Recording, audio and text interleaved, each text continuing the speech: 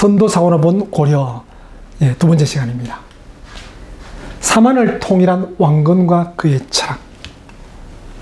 고려왕조, 지방호족부터 시작해서 여러 세력들, 고구려뿐만 아니라 백제, 신라 다 통합한 세력들의 모임, 그게 바로 고려지요. 다양한 인적 자원뿐만 아니라 문화적 자원까지. 그러다 보니까 사상적인 면, 종교적인 면에서도 불교 문화, 유교, 도교, 심지어는 풍수, 그런 것까지 다 한꺼번에 섞여 있었는데, 이런 걸 다 아우르는 왕건의 철학이 바로 사만일통입니다. 사만통일 보통 그러죠. 같이 보면 됩니다. 여기서 사만, 우리가 만진한 변한 그 사만 그러는데, 그 사만을 오해하는 게 경상남도, 전라남도 요쪽에 있는 요걸 만진한 변한 그래 보는데, 당시에 최치원의 문집에 실려있는 상대사시중장, 이게 뭐냐면 중국에 있을 때입니다. 최치원이 중국 유학 갔었죠. 유학 갔을 때 대사시중한테 올리는 글에, 당나라 대사시중한테 올리는 글에 뭐라고 되어 있냐면요, 엎드려 생각하건대 동해 바깥에 삼국이 있습니다. 중국 동해 바깥에 삼국이 있는데 그 이름이 마한, 변한, 진안입니다. 마한은 고구려, 변한은 백제, 진안은 신라입니다. 이게 왕건이 고려를 통일하던 그 당시에 사만일통이란 말을 썼고, 그 당시 거의 같은 시대에 최치원이 이런 말을 했는데도, 우리 요즘은 많이 바뀌었는지 모르지만 제 어릴 때 학교 다닐 때는 마한, 진안, 변한 그러면 경상도, 전라도 아래쪽, 옛날 가야 지역 이런 쪽인 것처럼 생각했습니다. 분명히 그렇죠. 그런 지역 같으면 사만일통이란 말도 안 쓰죠. 고구려, 백제, 신라 전체를 통일해서 옛날 고조선 같은 그런 나라 만들겠다. 이게 왕건의 철학입니다. 또 이 사만일통은 그냥 지역만 세 개의 나라를 통일시키는 게 아니고, 지역에 있는 모든 사람이 하나 되고, 더 나아가 문화도 하나 되는 거, 대통일, 대조화, 대융합, 그런 정신이 담겨 있죠. 이걸 보면 궁예의 정신하고 닮았죠. 궁예가 태봉이란 나라 세울 때 앞 시간에 이야기했죠. 그 태자 자체가 바로 지천태괴, 크게 하늘과 땅이 조화를 이루어 위와 아래가 서로 돕고 크게 화친한다, 그런 의미를 갖고 있었다 그랬죠. 바로 그와 같은 정신을 이어받아 사만일통, 그렇게 말했다 볼 수 있습니다. 실제 개성, 지금 이제 북한 땅이지만 개성에 있는 왕건의 어진입니다.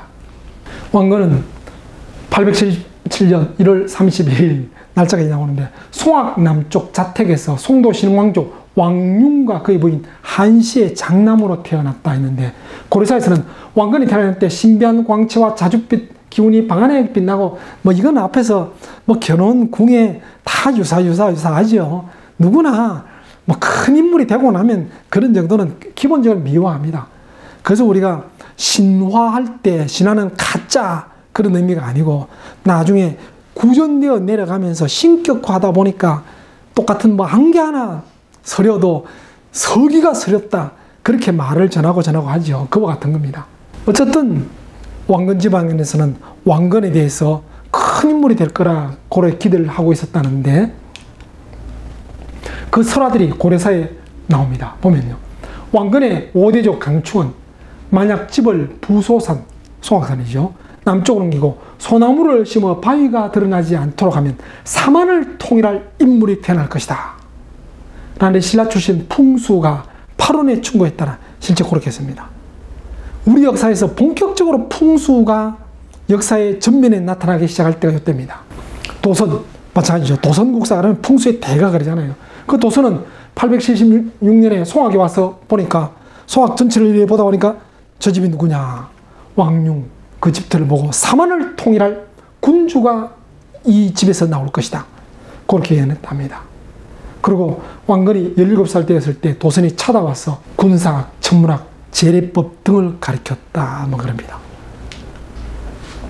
또한 동사보감에는 최초니 고려가 장차 항할 줄 알고, 계림은 황엽이요 공령은 청송이다. 이 계림은 경주지요. 경주는 이미 황엽, 누런 잎, 이미 낙엽 곧 떨어질 나라다. 거기에 비해서 공령이 바로 송악입니다. 개성. 개성은 청송이다. 푸른 소나무. 장차 크게 일어날 것이다. 그런 예언을 최초에 했다 그러죠. 그래서 나중에 고려 현종이 최초원을 문창후로 시호를 내리고 그럽니다. 예, 도선국사. 우리나라 풍수의 시조 뭐 그러기도 하는데 어쨌든 이 도선국사의 풍수, 심지어는 도선비기라는 책도 있었다는데 말은 있지만 그거 지금 전해지진 않습니다. 왕건이 궁예의 명을 받아 출전해 성제를 거듭하였는데 그중 가장 큰 성공이 금성. 이 금성은 경주도 옛날에 금성이라고 그랬습니다. 또 아까 그랬죠. 왕건의 아버지 왕융을 철원 옆에 있는 금성 태수로 삼았다. 그래 보니까 철원 옆에도 금성이 있었던 겁니다. 또 여기서 이제 왕건이 견훤을 치고 이겼던 금성이 지금의 나주입니다. 나주인데 그 보면 이제 금자 자체를 좋아하니까 지금 제가 전국 다니다 보면서 가장 이름이 많이 나타나는 것 중에 하나가 금곡동 또는 금곡입니다. 요 경기도 쪽에 판교 근처도 금곡동이 있고 강원도 쪽에서도 봤고 부산에도 금곡동이 있고 또 전라도 보성 홍암나철 선생 집 근처도 금곡동이 있고 금곡동에 참 이름 많은 것처럼 금성도 최고의 이름처럼 경주, 수도 또 뭐 철원 옆에 나주 그렇게 금성이라 했던 것 같아요. 902년 말 궁예는 왕건의 금성공략 명령했다. 실제 금성이 백제 중에서 심장부입니다. 고려와 접경이 한 자리가 아니고 백제 중에서 한참 아래쪽. 그래서 나주 아시잖아요. 바로 광주, 나주 그 근처 그쪽입니다. 그 지역은 곡창지대이면서 또 후백제의 심장부. 그걸 궁예가 왕건한테 명령했다는 거 보면 이 궁예도 전략으로서 아주 비싼 겁니다. 왕건은 앞장서 싸움을 잘했지만은 뒤에서 큰 지휘를 궁예가 그렇게 했다는 거 볼 때 아주 유능한 그야말로 우리가 함부로 미치광이라고 할 수 없는 그런 왕이라고 볼 수 있겠죠. 왕건은 조상대대로 송악에 살면서 실제 해상무역을 통해서 중국과 무역하고 그래서 물론 곁다리 살짝 또 뭐 나가면 그렇습니다. 송악 개성 땅 그쪽이 송도상인 유명하잖아요. 그 송도상인이 특히 중국과 무역할 때 많이 팔아먹고 했던 물품이 인삼입니다.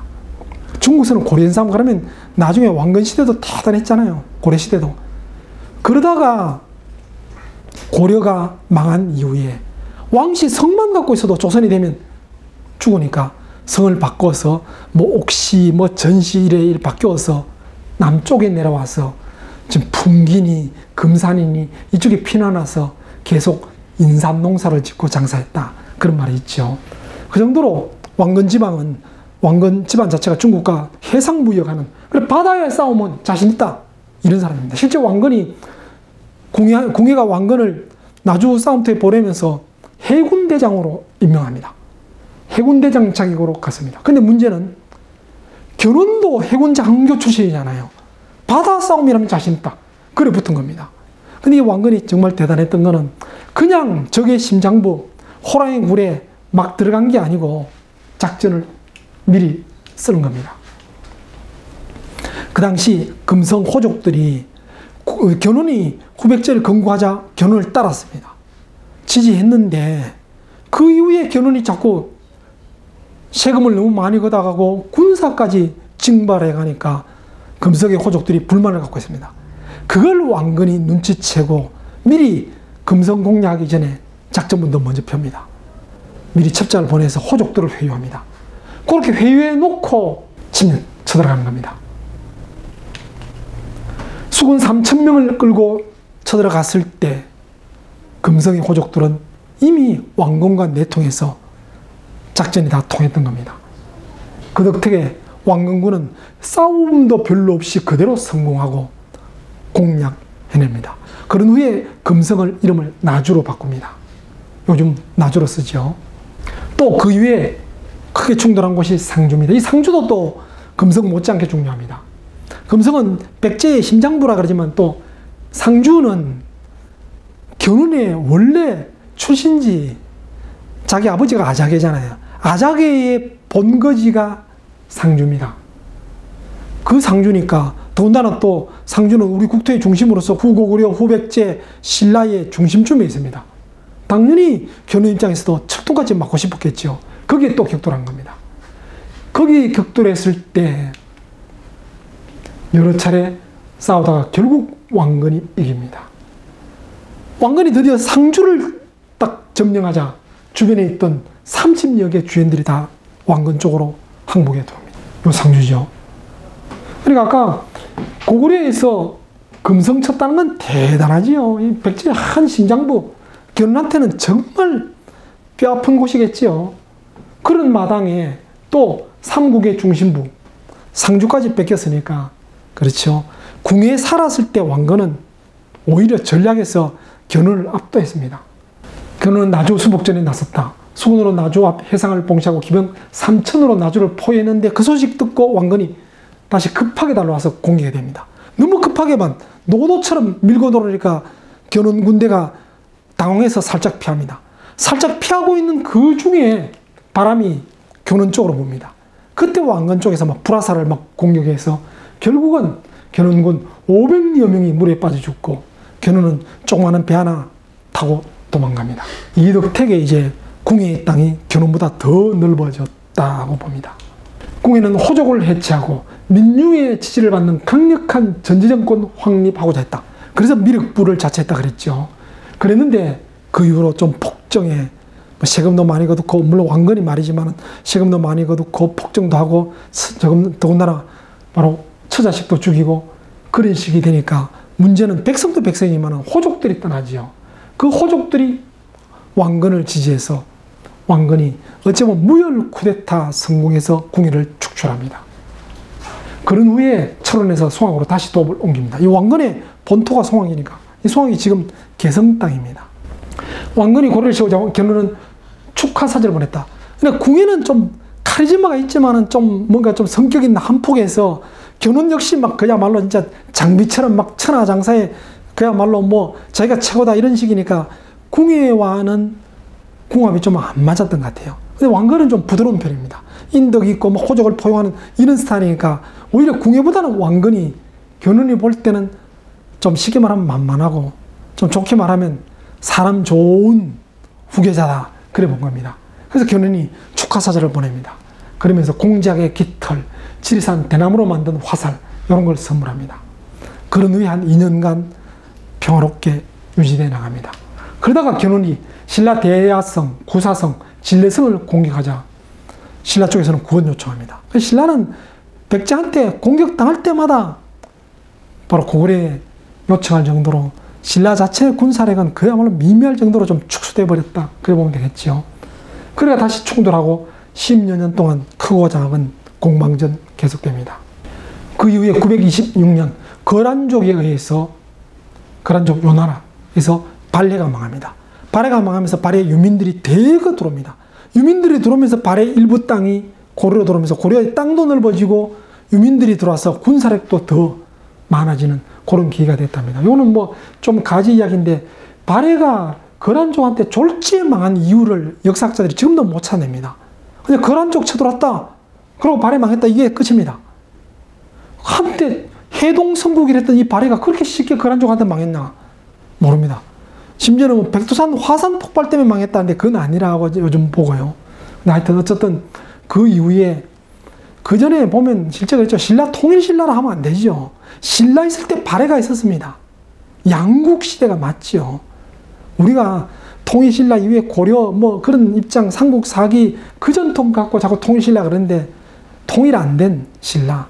물론 이제 아래쪽 통일했죠. 고려의 중심지였던 발해는 통일 못 시켰습니다.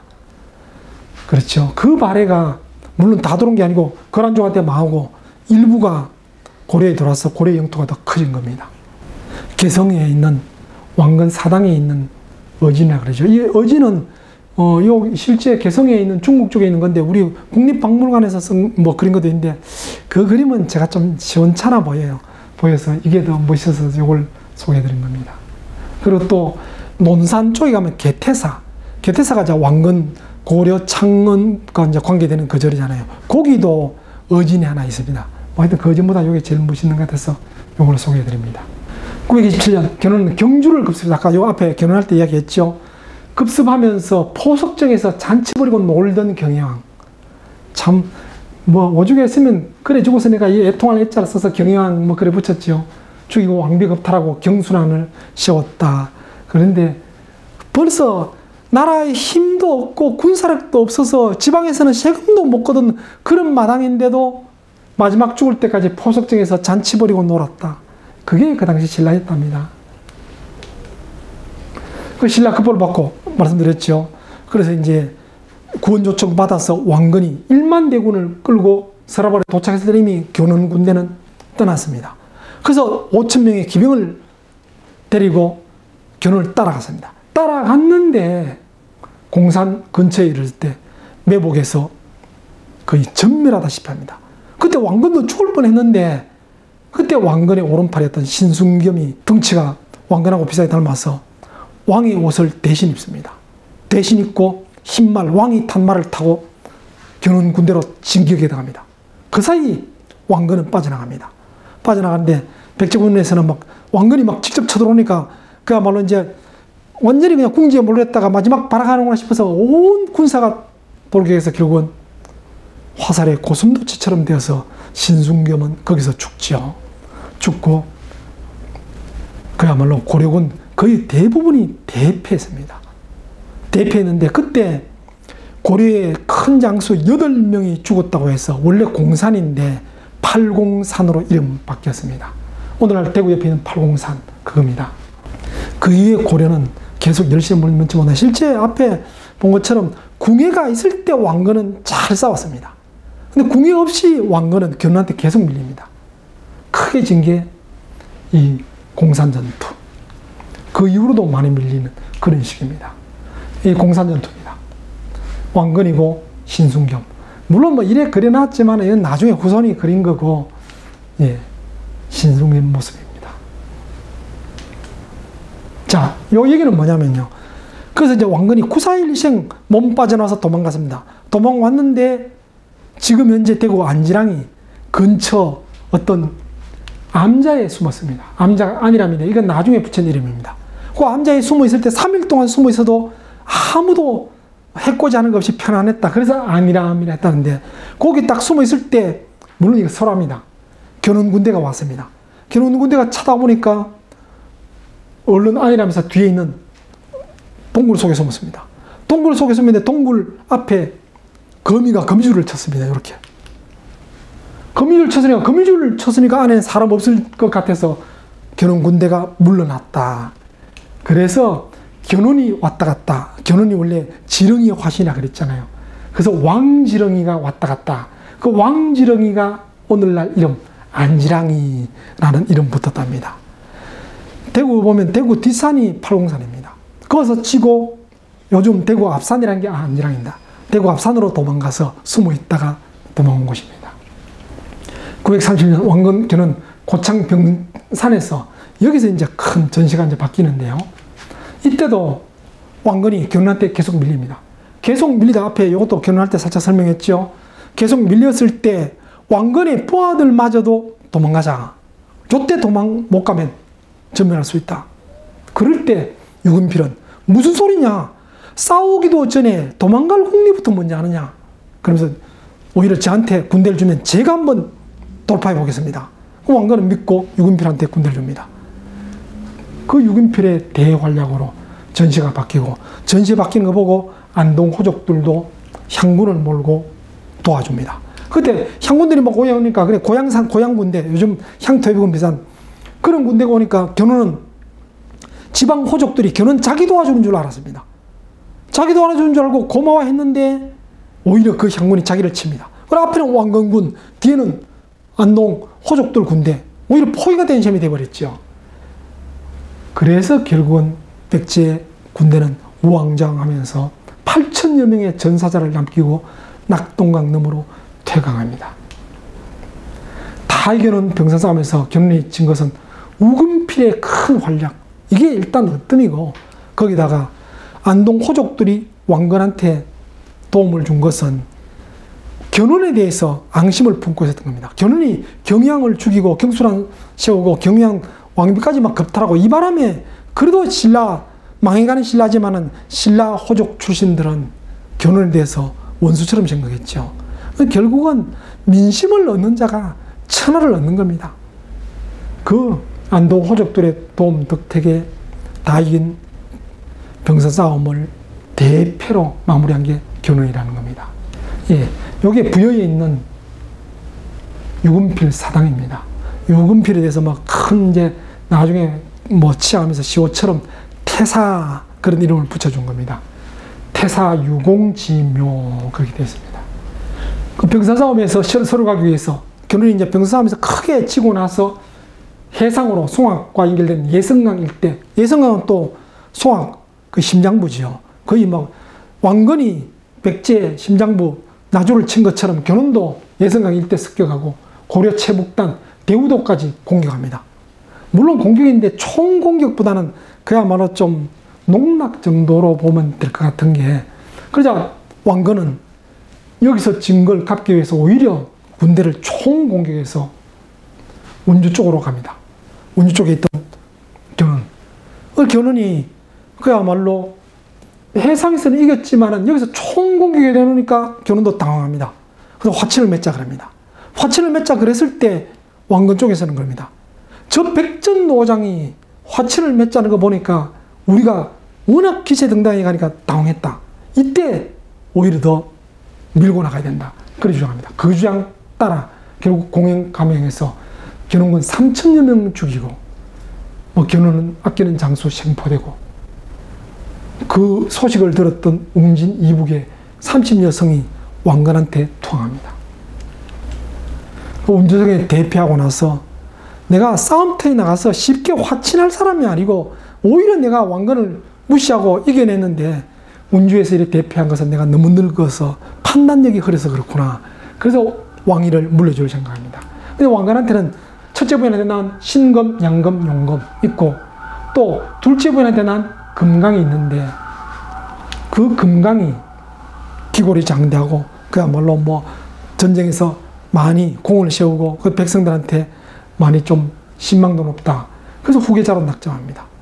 그걸 왕궁에 있던 신 하나가 신금한테 고자질합니다. 신금이 그 소리 듣고 형제가 한 셋하고 같이 친히 쿠데타 일으킵니다. 그런 후에 금강 죽이고 견훤은 금산사에 유폐시킵니다. 그때 나이가 견훤 69세. 연세가 많기는 많지요. 그 유폐한 넉 달 후에 금산사 탈출해서 나주에 잠시 숨었다가 6월 달에 배를 타고 고르로 망명합니다. 왕건은 자신보다 견훤이 10살 많으니까 또 대우합니다. 상부라 대접하고 시급도 줬다. 이런 게 왕건이 참 잘한 겁니다. 궁예는 신라의 원수처럼 생각했어요. 신라 왕실에서 도망온 그런 한 때문에 그런지 신라 호족이 오히려 항복에도 거의 죽이다시피 하고, 그야말로 경주를 금석으로 떠받드는 게 아니고 멸도, 그야말로 멸망해야 될 왕궁이다, 멸도라 무시하고 그랬습니다. 또 견훤 역시 마찬가지로 경주를 공략했을 때 경희왕을 죽이고 왕비도 겁탈하고, 이런 거 보면 견훤과 궁예가 갖고 있지 않는 포용력을 왕건이 갖고 있었던 겁니다. 견훤이 항복에 왔을 때 바로 상부로 떠받들어주고 시급까지 내려줍니다. 나중에 경순왕이 돌아왔을 때도 역시 경순왕을 그대로 경주에 그냥 시급도 주고 대우하고 그렇게 하죠. 어쨌든 견훤이 항복하니까 신라 경순왕도 항복하고 결국은 이제 거의 끝났죠. 근데 아직 견훤 아들이 있습니다. 그 아들이 있는데, 그래서 견훤이 왕건 보고 그럽니다. 내가 우리 아들 때문에 이 모양 됐다. 바로 대왕께서 처랑. 그 말 듣고 1년 후에 1만여 명 이끌고 추풍령 넘어 1, 2천. 1, 2천은 요즘 선산 쪽입니다. 선산 쪽에서 백제군 후방 공개합니다. 그때 앞장섰던 어쩌면 선봉장이 견훤입니다. 그 70노인이 백발을 휘날리면서 선봉을 딱 서니까 백제군이 기겁을 하죠. 원래 뭐 그야말로 천하의 무용을 떨치는 견훤인데다가 얼마 전까지 대왕으로 모셨던 분이 앞장서니까 백제군이 사이가 떨어져 도망갑니다. 그 바람에 끝나버렸죠. 신금의 친위부대가 속한 중군 집중 공격하고 왕건이 백제군 5,700여 명이 사망하고 3,200여 명이 생포되었다. 문제 끝났으니까 결국 신검은 항복하고, 물론 뭐 그 동생 양검, 용검 다 같이 항복하고, 물론 이때도 또 왕건은 신검한테 대우해 줍니다. 최고의 대우도 해주고 하는데, 어쨌든 후백제도 끝나고 드디어 삼국이 통일되었다. 그래 보면 됩니다. 자, 이거 보시면요. 한번 정리해 보겠습니다. 견후백제 건국이 900년입니다. 완산에서 도읍을 했다 그랬죠. 그런 후에 1년 후에 궁예가 후고구려 건국합니다. 철원서 시작했지만은 송악에 있는 개성, 왕건 세력과 같이 손을 잡고 난 후에 개성에서 정식으로 건국합니다. 그리고 왕건은 다시 궁예가 개성에서 건국했다가 다시 태봉으로 옮기면 국호도 바꾸고 하면서 철원으로 갔다 그랬죠. 갔는데 다시 왕건이 고려 건국할 때, 이때도 일단 철원에서 시작했습니다. 철원에서 시작한 후에 송악으로 천도합니다. 이제부터 이제 왕건의 세상인데, 공산전투에서 견훤한테 박살났다 그랬죠. 박살나고 3년 후에 고창, 안동 지역에 있는 고창 전투에서 오히려 대승 거둡니다. 물론 유군필의 활약이 컸다 그랬습니다. 그래 대승을 거둡니다. 그 이후에 다시 또 운주성에서도 실패하고 나서 견훤은 결국은 후계자 세우려다가 아들 맏아들한테 유폐되어서 도망 나온 후에 왕건한테 항복합니다. 견훤이 항복하니까 신라 경순왕도 항복합니다. 그런 후에 신검, 후백제 세력이 남아있었지만은 1, 2천, 지금 선산 근처에서 결국 신검을 물리치고 고려, 통일된 통일고려가 되었다는 겁니다. 그리고 요만큼 시작했다가 나중에 발해 유민 들어오면서 이만큼 영토도 넓어졌다. 그렇게 주로 봅니다. 예, 후백제 멸망. 조선의 시작자 이건 후삼국 통합의 원동력을 왕건의 민생정책에서 찾았다. 고려의 왕씨가 즉위한 지 34일 만에 한탄하여 말하기를, 근세에 세금 거두는 것이 폭등의 일결에 조세가 육성이나 되었는데 백성이 살 수가 없다. 이제는 11의 세, 11조처럼 10분의 1만 세금 내는 이런 제도를 써서 전지 일부의 공시에 3석을 내게 하라. 거의 조세 6석이나 되었다는 것은 10분의 6 가까이를 경주 조정에서 막 뺏들어 가니까 백성들이 못 살겠다. 그래서 도적이 되고 막 그랬던 겁니다. 근데 왕건이 딱 들어서고 나서는 10분의 1만 세금 내라. 전쟁을 하려면 전쟁 물자를 위해서 세금을 많이 걷어도 좀 모자랄 판인데 세금을 대폭 깎아주니까 백성들은 쌍수를 들고 왕건을 환영하겠죠. 백성들에게 3년에 해당되는 조세를 면제해 주었다. 이때 전쟁하는 일이 급해 재정이 절대 필요했는데도 그는 백성 구제를 으뜸으로 삼았다. 이 때문에 그는 사만을 통합할 수 있었다. 실학자 성호 이익의 평입니다. 그 다음 두 번째, 왕건의 통치 철학에 담긴 훈요 10조. 왕건의 큰 슬로건이 사만일통이라 그랬죠. 그 사만일통의 정신, 그걸 또 담은 게 훈요 10조입니다. 훈요 10조는 이미 이제는 사만일통은 실제 고려, 백제, 신라가 통일된다. 영토적인 의미도 있고 정신 사상적인 의미가 있다 했는데, 훈요 10조는 이미 통일된 이후니까 영토적인 의미보다 사상적인 융합, 이런 걸 많이 담고 있습니다. 물론 고려의 국교는 불교입니다. 근데 불교만 아니죠. 조선은 국교가 유교가 되니까 유교 이외는 거의 멸시했죠. 숭유억불, 아예 도교는 자리도 못 잡았고, 그렇죠. 근데 고려는 그게 아닙니다. 불교가 국시지만은 여러 종교가 융합할 수 있도록 하는 게 바로 사만일통의 정신을 훈요 10조에 담은 겁니다. 그 내용 보면요. 첫째, 우리나라의 대업이 분명 여러 부처의 호의의 힘이 바탕이다. 우리나라가 이렇게 건국해서 고려가 세운 것은 부처의 덕인 건 맞다. 그렇지만은 후세의 간신들이 계속 사원을 등에 업고 쟁탈 좀 벌이는 건 하지 마라. 그만하라. 그렇게 첫 번째 훈시고, 두 번째는 모든 사원들은 도선이 산과 물의 순력을 살펴 세웠으니 후시의 사원의 증축을 경계할 것. 물론 훈요 10조 조금 긴데 제가 문장을 이제 핵심만 정리한 겁니다. 실제 뭐냐면 신라 때 너무 불교 사찰이 많은 바람에 신라 패망의 원인이 되었다. 그래서 지금 현재 고려의 사찰들은 도선국사가 정해준 것만 딱 있으니까 더 이상 후세에 함부로 사원 같은 거 짓지 마라. 그렇게 이야기하는 겁니다. 세 번째, 물은 맏아들이 못 나거든 그 다음 아들에게 주고 다음 아들들이 모두 못 나거든 형제들 중에서 맏신아들이 추대하는 자에게 주라.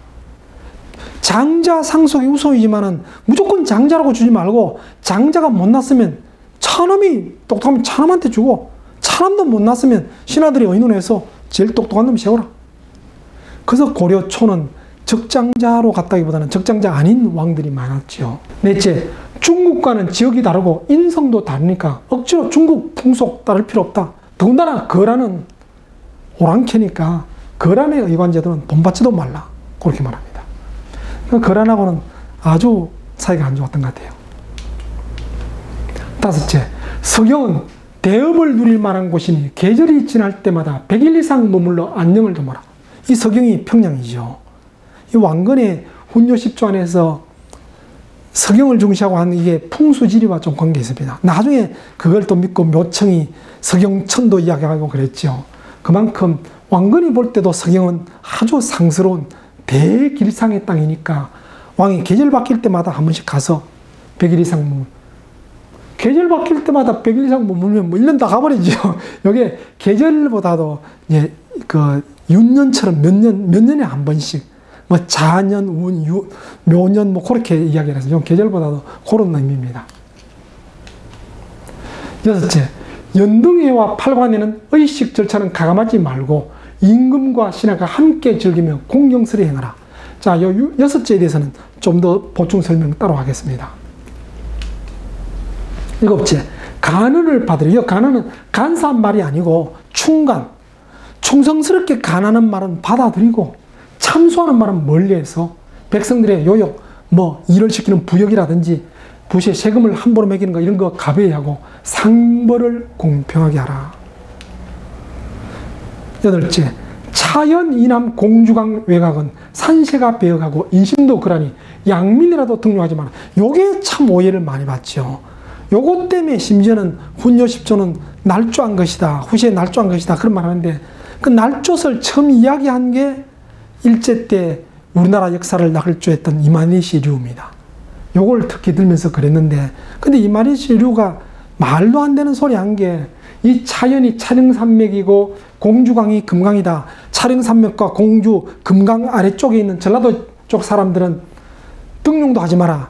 그건 이만희 류 이야기고 실제 산맥 이야기는 1930년대 이후입니다. 우리나라 옛날에 조선시대 이전에 산맥 이야기 안 했습니다. 이 차연은 산맥 뜻이 아니고 뭐 차, 고개니까 차령고개 그런 쪽입니다. 차령고개고 공주강 그러니까 금강 중에서 공주 쪽에 있는 강.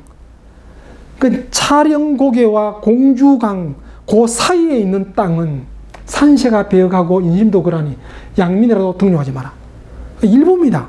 일부인 게 실제 고려에 말한 근거를 여러 가지 보면 궁예의 그 친궁예 세력, 반왕건 세력이 왕건이 통일한 이후에도 계속 요 지역에 남아 있었습니다. 요 지역이 좀 골칫거리였어요.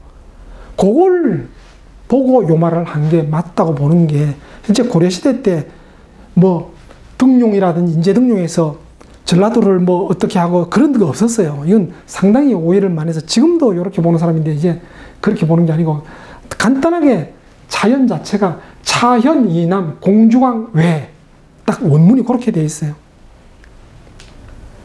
아홉째, 녹봉은 공로에 따라 정하고 임관은 뭐 벼슬 주고 하는 거는 사사로운 정으로 하지 말고 이웃에 강폭한 나라가 있으니 편안할 때도 위태로움을 잊지 말아라.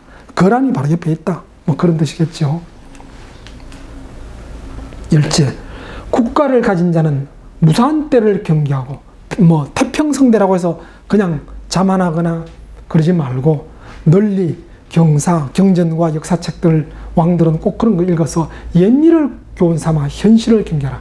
요게 10가지의 훈요 10조인데 여기서 특히 고려의 선도사관 입장에서 보고자 하는 부분이 6번째입니다. 6번째. 물론 요 10가지 안에서 풍수와 관계되는 게 3가지나 나오죠. 그 위에 불교를 국시로 한다. 또 제일 끝에 부분에서는 경사를 뭐 읽고 하는 이런 건 또 유교 사관이 있고, 그런 것처럼 불교, 도교, 유교, 풍수질이 다 공존하는 건데, 여기서 선도사관 강조하고 있는 6번째 조목을 한번 보겠습니다. 짐이 지극히 원하는 게 있는데 그것은 연등과 팔관이다. 연등의 팔관에 그 말이죠. 연등은 부처를 섬기는 일이고, 팔관은 천령과 오악, 명산, 대천, 용신을 섬기는 일이다. 후세의 간신들이 가감, 그런 연등 팔관에 대해서 행사를 더 크게 하자, 줄이자, 이런 가감을 건의하거든 절대 마땅히 금지하라. 나는 역시 당초부터 내 마음에 맹시하기를 회일, 연등의 팔관에 하는 그런 날에는 국기, 나라의 제삿날과 범하지 않도록, 제삿날을 범하지 않도록, 그러니까 연등의 팔관에 하는 날이 나라 국가에서 하는 큰 제삿날과 겹치지 않도록 하기를 바랬다는 거죠. 그러면서 군신이, 임금과 신하가 같이 즐거워하면서 마땅히 당연히 공경히 이 일을 행하라. 예, 요게 6번째 조항인데, 글자 그대로, 그렇죠? 연등은 부처를 섬기는 것이고, 팔관은 천령, 오악, 명산, 대천, 용신을 섬기는 것이라 했으니까, 연등은 불교 행사지요. 근데 팔관은 불교 행사 아니라는 겁니다. 근데 원래 이름은 팔관도 불교 행사 맞습니다. 불교의 팔성을 섬기는 행사인데, 고려의 팔관은 그게 아니라고 딱 못이 박혀 있죠. 더군다나 천령을 섬겼다. 고구려는 천자의 나라다 그랬죠. 그 고구려의 천자의 나라, 하늘의 제사 지는 제천의식을 이어받은 그게 팔관의 6번째 항목에 나오는 거다. 그래 봐도 됩니다. 이 팔관은 기록상 진흥왕 때 처음 창조된 거로 봅니다. 기록상 제일 오래된 게 진흥왕 때. 궁에도 팔관회를 했다 그럽니다. 또 고려가 즉위한 해부터 계속해서 팔관회를 쉬지 않고 했다 그럽니다. 여기서 의종 때 출생한 이일로는 그의 판집에서 신라의 옛 풍속 가운데 화랑제도를 참여하면서 태조가 등극한 뒤 겨울에 팔관회를 열어 11월 달에 했죠. 팔관회를 열어 양가의 자제 4명을 뽑아서 무지개 옷을 입혀 열을 지어 뜰에서 춤을 추게 하였다고 전하고 있다. 그 신라부터 내려온 풍속을 이어받아 고려 태조가 팔관회를 크게 부활했다. 고려 볼 수 있죠. 그리고 또 고려사에 보면 18대 의종이 다음 같은 조칙을 내립니다. 선풍을 숭상하라. 그러면서 옛날 신라에서는 선풍이 크게 행해졌다. 이게 팔관회 이야기하면서 나온 겁니다.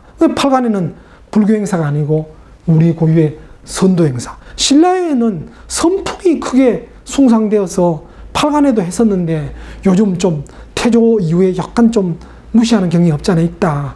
요걸 이야기하면서 고로 조종 이래로, 태조 왕건 이래로 선풍을 숭상하여 온 지 오래되었다. 지금부터 팔관회는 미리 양반으로 하여금 문반, 무반의 중에서 가산이 넉넉한 자를 골라서 선가로 딱 정하고 그 집이 중심이 되어서 고풍을 준행하여 사람과 하늘이 다 기뻐하도록 하라. 그렇죠. 그래 볼 때 훈요 10조 중에서 6조 팔관회에는 우리 전통의 선도 문화를 크게 다시 부활하라.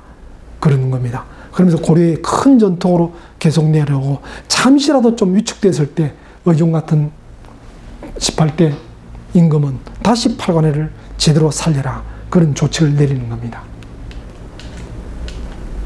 고려동경에 또 송사, 물론 중국 쪽 기록이지만 거기도 보면 팔관회는 고려의 민족적인 제천 행사로 고려의 동맹의 신사를 이은 것이다. 고려의 동맹, 제천의식이라 그랬죠. 하늘에 제사 지는 거. 뭐 말씀드린 것처럼 동맹, 무천, 뭐 연고 이런 게 그냥 뭐 가을 끝나고 나서 그냥 추수감사절 요렇게 정도 해석하는데 그 정도 아닙니다. 하늘의 제사는 황제가 아니면 못 지냅니다. 중국에서도 천자 이외에 각 지방의 제후, 왕들은 하늘의 제사 못 지냅니다. 천자만이 하늘의 아들이니까 자손만이 조상한테 제사 지내죠. 그와 같은 전통이 우리 고조선부터 계속 내려왔던 겁니다. 그와 같은 걸 이어받은 것이 팔관회다. 그렇죠. 이 팔관의 어떤 10개 중에서 한 조목에 나오는 얘기지만은 무시할 수 없는 겁니다. 또 신처도 팔관회를 본시 불교에서 유래한 것이었는데 국선의 경신, 국선, 심지어는 뭐 화랑을 국선이라 했다 그런 말이 나오죠. 국선을 경신, 하늘에 제사 지내는 그런 행사로 변하다가 고려 의종 때 이르러 팔관회로 부활했다. 물론 태조부터 다시 내려오다가 좀 다시 위축된 걸 의종이 다시 부흥시켰다. 그 얘기겠죠. 예. 뭐, 선도로 본 고려사 앞부분에서 물론 뭐 이제 고려가 세우게 된 어떤 그 당시 배경, 그러면서 영웅들의 각축, 견훤, 궁예, 그런 후에 왕건의 통일, 이런 이야기를 쭉 했지만은 그 고려의 정신은 팔관회에 담겨 있었고, 그 팔관회에서 정말 무시할 수 없는 정신이 바로 선도정신. 우리 고조선부터 내려오던 그 선도정신, 하늘에 제사 지내는, 하늘과 하나 되고자 했던 그 마음을 담고 있는 게 고려의 철학이다 라고 말씀드리면서 마치도록 하겠습니다.